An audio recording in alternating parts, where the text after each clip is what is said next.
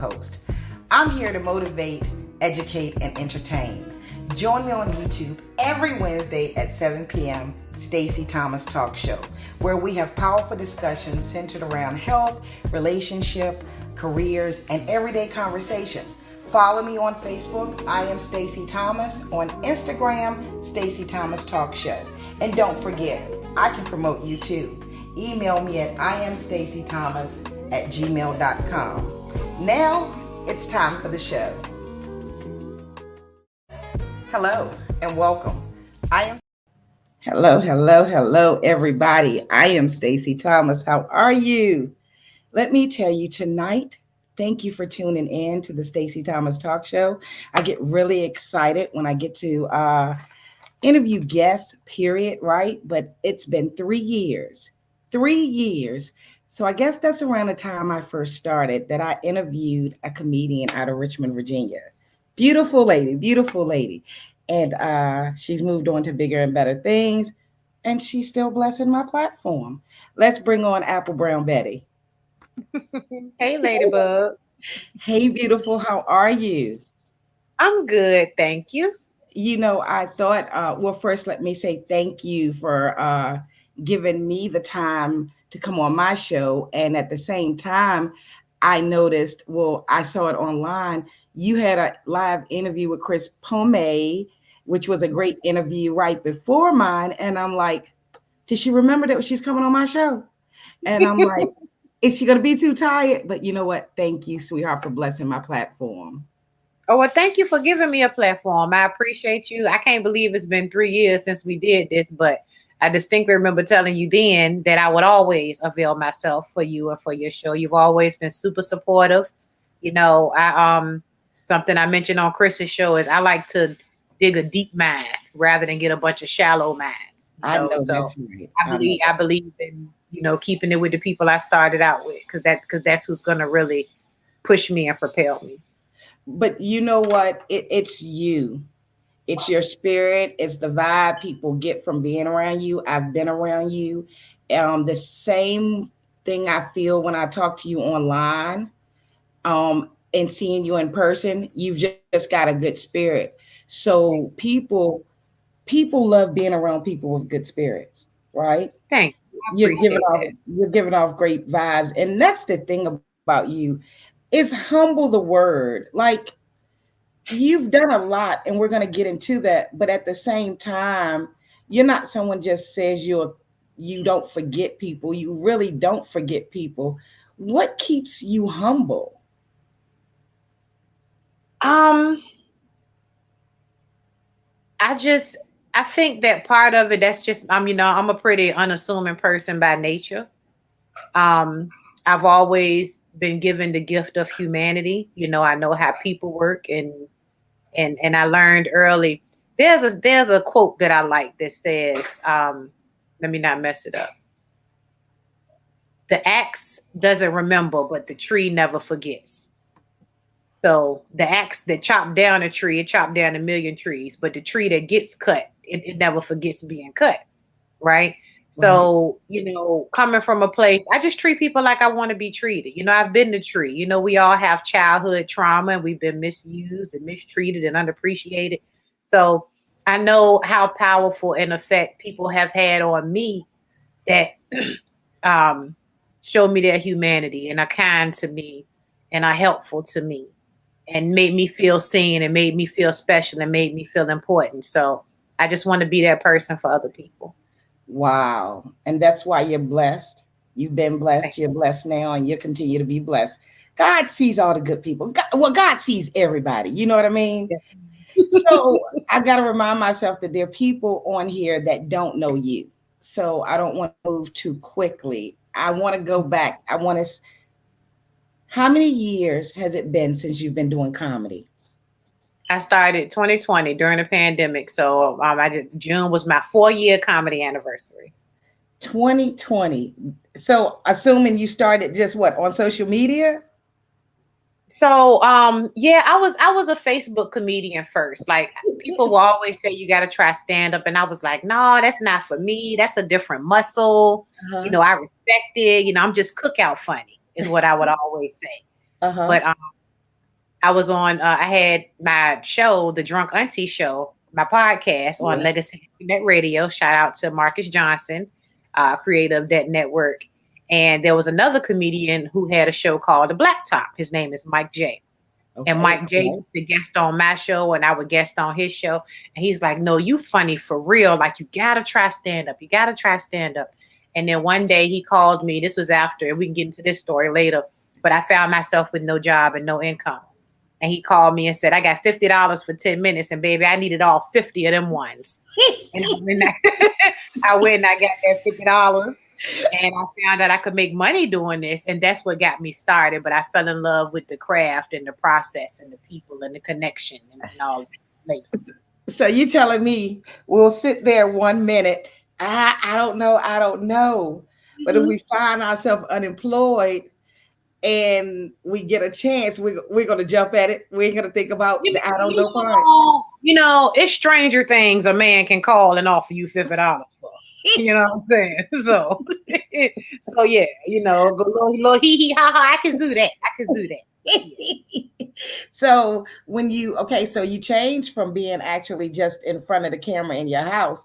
So tell us, what was it like, you're gonna get the $50, but how did you feel your first time on stage? It was amazing. I'll never forget it. It was a little tiny little place in Petersburg. The chicken and waffles was bomb, and at that show, because this the way God worked in divine timing. I had already built a following online. Okay. And a lot of people came to see me at that first show. And that's why I tell any creative, don't worry about the people who not coming. Don't worry about the people who not liking your post. You're not supposed to start with those people anyway. You're supposed to have a good product or a good service. And the people who interested in that they'll find you. So a lot of the people who just had followed me on Facebook, I didn't even have an Instagram at the time because I'm lazy. I was just on Facebook, and a lot of people who were my Facebook friends came to that first show, and that really was very heartening for me. So it was just an amazing experience. I'll never forget it. And I was like, "Oh, I can do this." So after that, like, did you go home looking for shows to book, or were you waiting for someone to call you? I was waiting for Mike to call me again. He had that first 50, and I was hoping he had another 50. Okay. But I didn't know what to expect. I knew nothing about comedy. I knew nothing about booking shows. So I heard about the open mics, and I started going to the open mics. And that first year, I probably was on stage a handful of times, maybe 4 or 5 times. Just different open mics and things like that. And then I saw a flyer. I did create myself a new Facebook page. Like, my current Facebook page is only as old as my comedy career. Because before it was just a bunch of people from my old neighborhood, people I went to school with, and I loved them too. But I wanted to be intentional about cultivating a comedy career. Right. So I created a new page where I only friended other comedians, showrunners, producers, bookers, things like that. And then it grew to include people who saw me at shows, because those are the people I wanted to be connected with online. So once I did that and I started seeing about the open mics, I saw a comedy showcase, the Bob Sumner Back to Basics showcase. And I'm ashamed to admit, I didn't know who Bob Sumner was. We had all heard of Def Comedy Jam, but I didn't know that he was one of the producers of Def Comedy Jam. He's the star maker, like legit. So everybody's buzzing about this showcase. And one day I was just like, well, let me reach out to the girl and see if they have a spot. And so she came to see me and put me in the showcase. And that's how I got discovered by the legendary Bob Sumner, just a year after being on stage as a comedian for my first time. Wow. And we're going to get back to that. But it's interesting. You said you created, and this is for any entrepreneurs that are out there, you created a page to only include the people you needed to connect with and to stay up on top of things with. Definitely. I was very intentional about that, because I was giving away a lot of funny online for free, which is cool. Right. Because I see social media as an act of service. If people who on my Facebook, my Instagram, if you never come to a show, that's all right with me. I don't care. I want you to get some good stuff on my social media. But I was intentional about showing the people who could book me and showing the people, because it also keep you in grind mode. If everybody you see is booking shows, they out here hustling, they selling merch, they doing podcasts, they in movies, they creating content. It makes me, because one of the best pieces of advice I ever got was when I used to work at the law firm. I read anything, and I read one of the law journals, and one of them came across my desk with a Black woman on the cover. And this was not 1-800 call Jay. I worked at the law firm that represented Enron, big Okay. capital markets firm. And I Okay. saw this Black woman. I had to read it, and in the interview, she said, "Your peers are not the people who are doing what you're doing. Your peers are the people who are doing what you want to do." So I wanted to be surrounded by people who are on a higher level, who are already doing what I want to do. Wow. And it worked. Wow. Wow. So I have to ask. So you were you were being funny online, Mhm. right? Weren't thinking about going on stage live. So did you already know how great your gift was when you did it online, or did you discover how great it was when you went on stage? Well, I knew I had a gift because that gift has been serving me all my life. It's gotten me favor, with teachers. It Right. Most of us who cultivate comedy, it comes from a place of necessity first. Like the funny kids don't get picked on. You know what I mean? The funny kids, it's a way of deflecting attention and courting the kind of attention that you want. Most of us who do comedy, we're actually introverts, and we're socially awkward, and we're anxious. But we learned early to control the room and control the conversation. Wow. If I'm talking to you, you ain't got time to talk to me. Wow. You know what I'm saying? So I Yeah. knew that I had a gift, but going to the stage, that's a different animal. That's Different. why a lot of people who are big on social media, it doesn't always translate to the stage, because that stage is a whole, it's a monster. It's gonna separate the few, the proud, the many, the Marines. Wow. Wow. And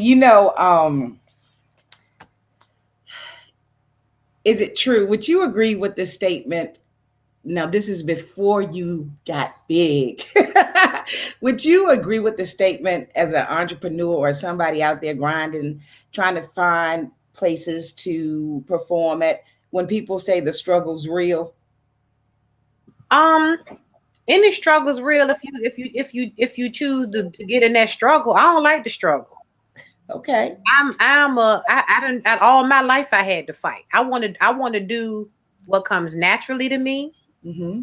I don't want to swim against the current. Okay. Now I will do things that most people won't. I've always been that kind of person. But when it comes to like getting booked and things like that, the same rule applies inside and outside of comedy. I go where I'm loved. Right. I don't look for places to perform. If you're funny, the word gets out and people will call you and they want you to perform at their venue. And then I go there, and they already know what they expect. They've already heard I'm funny. They've already heard I'm professional. I'm polite. I'm pleasant to work with. And then I go there and I build those relationships organically that way. So I ain't big on struggling. I'm a Black woman in America. I do that already. I know that's right. I know that's right. And something I'm curious about, because we're not exactly in the biggest city where we are, where there's a lot of people doing what we do. And not only from I've heard this, but I've heard other people say this too. When you start doing something out of the norm, or that everybody around you isn't doing, they consider what you have a hobby. They don't take you very serious. Did you ever go through that? Um, Personally, I haven't. And part of this, I was explaining this in the earlier interview. Part of this, I've been insulated a lot because I'm a woman in the industry. Okay. And the commonly held misconception is that women just aren't funny. Right. So when people discover a woman who is funny, you stay booked. I stay booked, because people, they want to have a woman on the show, because the comedy crowds are mostly women. It's women and couples. That come to see comedy shows typically. So I never really ran into that where people don't take it seriously, because again, that goes back to being intentional about the people I was around. Everybody in my I don't have a huge social circle personally, but Okay. so my friends who are close to me, no, they knew I was serious. Like, it was a because I started off strong, and I was consistent. If you put the work in, you're going to be taken seriously. Wow. You keep going to those mics, you get booked, you do shows. It's nobody can dismiss it as a hobby. And do you consider the fact, well, first, let me say this because they may not know. Is there one particular type of comedy you do? I think I'd be interested to hear what other people think I do, because I don't really define what I do. I just Okay. my comedy is very personal. I talk Mhm. about my life, which is another beautiful aspect of waiting until I was pushing 40 to start. I Okay. have life experience that I can share on Uh-huh. stage. So I don't really define like a comedy style. It's very honest. It's very thoughtful. Okay. It's a little irreverent. I get into things that people try to stay away from, You do? but that's what I do. But that's what I do in real life. If you ever had a conversation, like back to that first show, the people who follow me on Facebook, they wanted to come hear what I would say on stage because they know I was a wild girl on Facebook. You know, so Yeah. It's one. I wish I wish I had a copy of it, but I love your videos. But it's one that you had me in my house rolling laughing. You were standing at a chalkboard and you was talking about I don't want him, I don't want him, and I don't know. Send it to me so I can post it on my page. I have to find it. I have to dig that. I have to dig that, and I have to dig that out, and I'll find it though. And I know exactly what you're talking about. I Okay, know exactly so what you're talking about. now you're performing in Richmond, you're Mhm. performing in DC, you're performing in different places, and then you get a connect to Bob Sumner.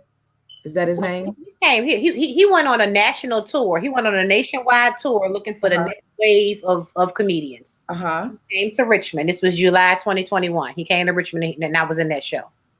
And when you got to talk to him and realized that you were going to work with him, tell us, how did you feel? I only remember my set from that night, because Really? before the show, I'm in my head. I'm going over my lines. I took two when I Googled that man and realized the opportunity that I had in my hand. And they say success is where preparation meets opportunity. So the opportunity was in my hand. I took 2 days off of work from an hourly job, missed 2 days' pay to make sure I was ready for this show. Rehearsing, going over everything. Even up to the Really? moment I went on stage, I was going over everything in my mind. People talking like, yeah, yeah, whatever. I ain't heard nothing. I was set on going on stage. I went on stage. I killed my set. I got off. And when I got off stage, Mr. Sumner actually got up out of his seat to come to the green room to be like, yo, who are you? Where you come from? How long you been doing this? Uh-huh. That moment, like my body was just, I'm a very spiritual person. Uh-huh. My body was just vibrating so hard. I was just buzzing. Like you ever went swimming and you get out and there's water in your ears so you can kind of hear. I couldn't even really hear him clearly. And after that conversation, I had to go outside and walk around the building and just and I don't remember the rest of the night. I don't remember it. Okay, so not long after that, you ended up, is that when you went to the Apollo? He told me that night I was going to do the Apollo. Okay. Okay. He told me that night I was going to do the Apollo, and I did it a year later. And people talk, sometimes you meet people and they're just talking and we get our hopes up and then it doesn't happen.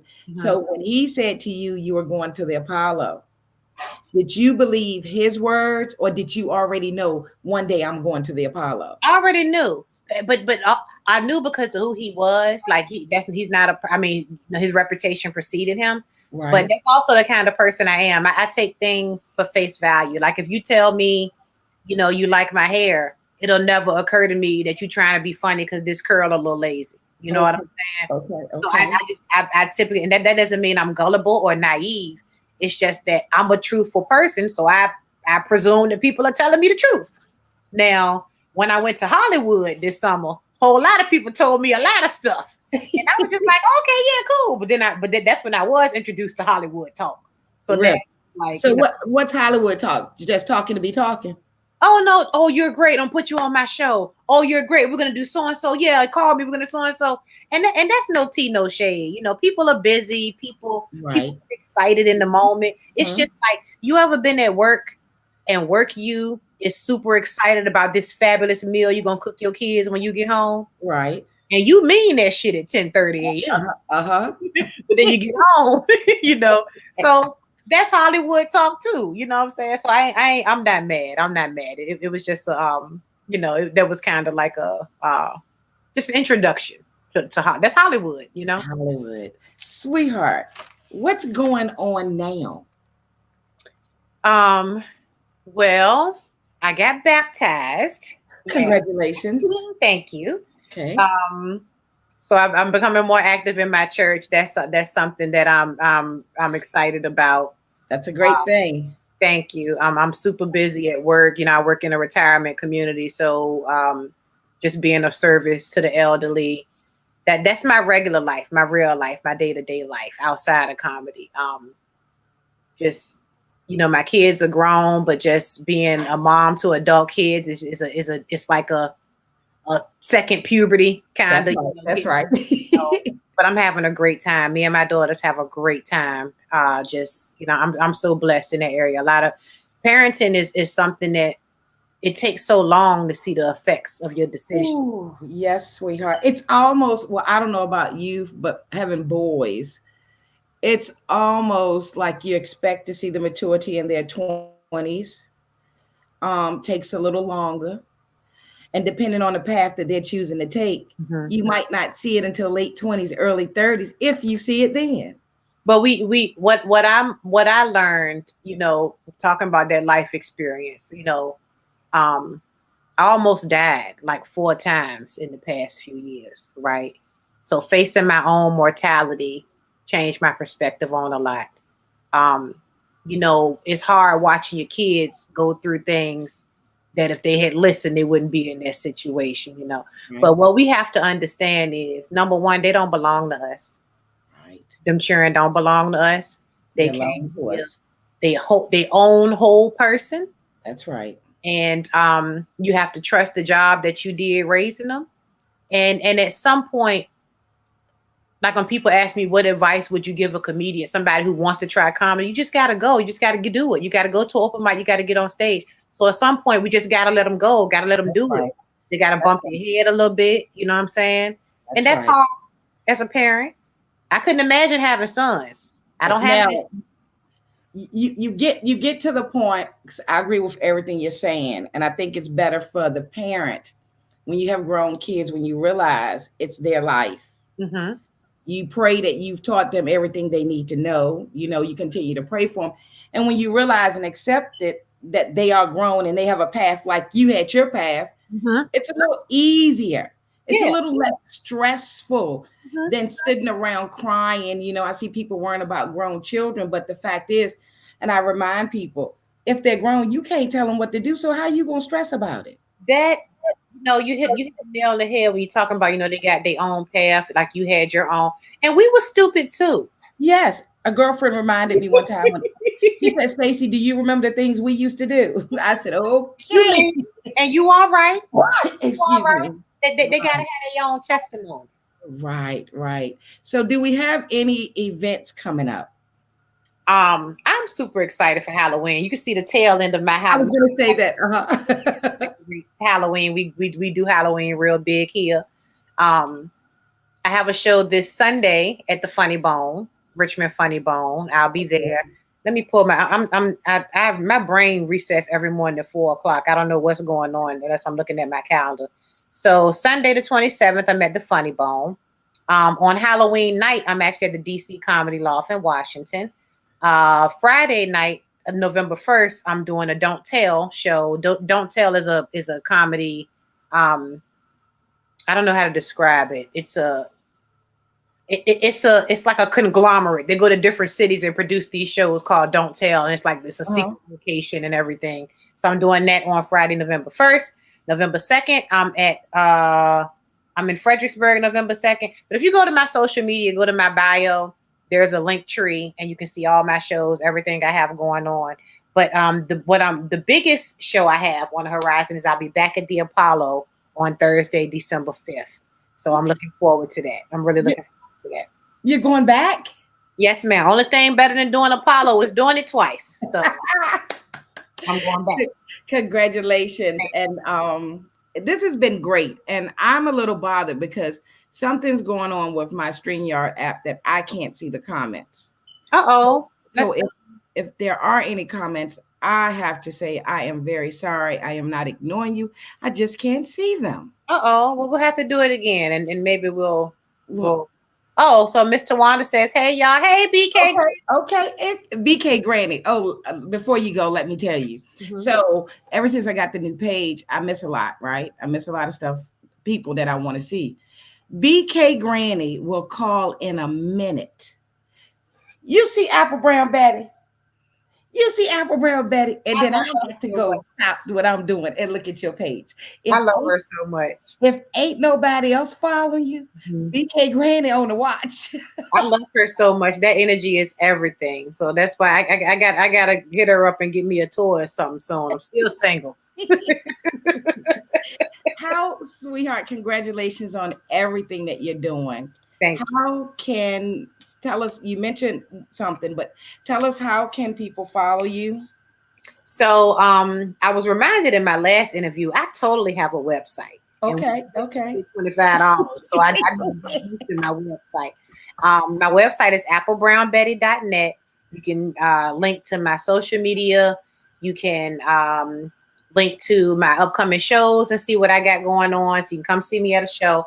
There's a little contact form if you want to shoot me a message, if you're interested in booking me, or you just want to say hello, ask me a question or what have you. My website is applebrownbetty.net. On social media, on Instagram, it's Apple Brown Betty. And on Facebook, it's just Brown Betty. I'm most active on Facebook because I'm old. I like to talk. Okay. So, and if go on Facebook, you'll find me at Brown Betty. And if they want to do more than just follow you, the best way to book you is through your website? Most of my bookings come in my DMs because they come. Bookings mostly come from comedy producers and other comedians. A lot of comedians also produce shows. So if it's big money, I'm gonna send you to my manager so we can count them coins. But people who are already in the comedy community, if it's just a one-off show here and there, they can just hit the DMs. But my website is one-stop shop, and I do get booking requests through my website. It'll just send me a cute little email, and I'll hit you back. Okay. Hey, it's been great. Always. Great. We've got some other subjects, maybe on your downtime or something. I need to have you back, not just to talk about, talking about what you're doing is great, but I know you have a lot of conversation around other topics also. So we're going to have to get together and see what else, when we can get you back on so we can touch some of these. Just let me know. Let me know. Wednesdays are a good day. Comedy really picks up like Thursday through the weekend. And what y'all need to know about Stacey Thomas is she a real one. Like, not only has she been a fan for a long time, Stacey has booked me. She paid me what I asked her for. And your face looked just like that the whole time I was performing.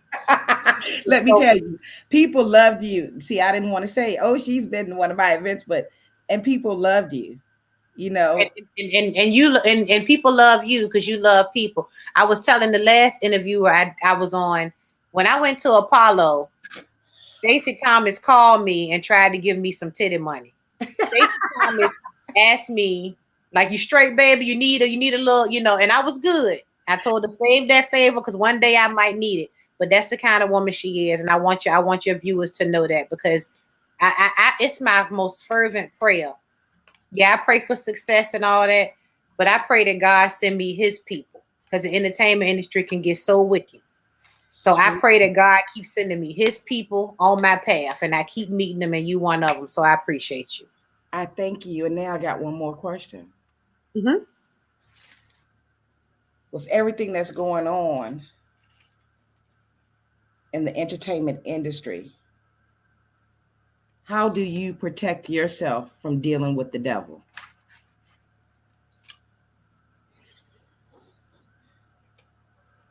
It's a lot I could say on that.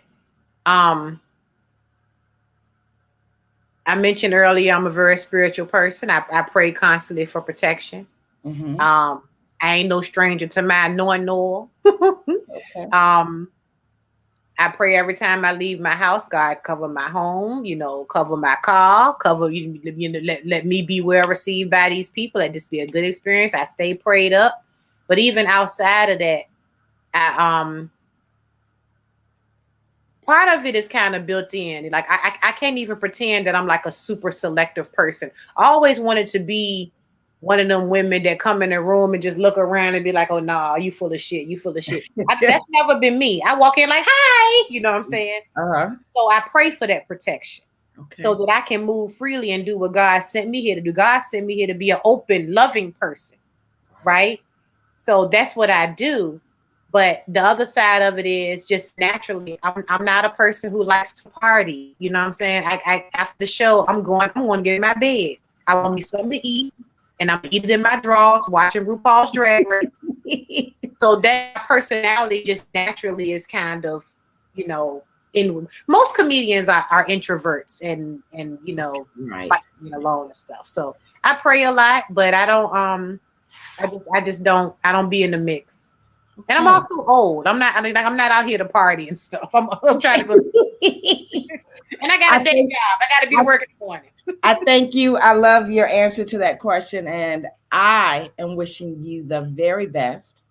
And I pray that you have the protection that you need and you receive the discernment that you need as you continue to grow into bigger and better things. Thank you. I receive all that and I return it right back to you. I appreciate you. Have a great one, beautiful. Thank You you. too. Good night, darling. Good night. Bye bye. That was Apple Brown Betty. You can follow her on Facebook.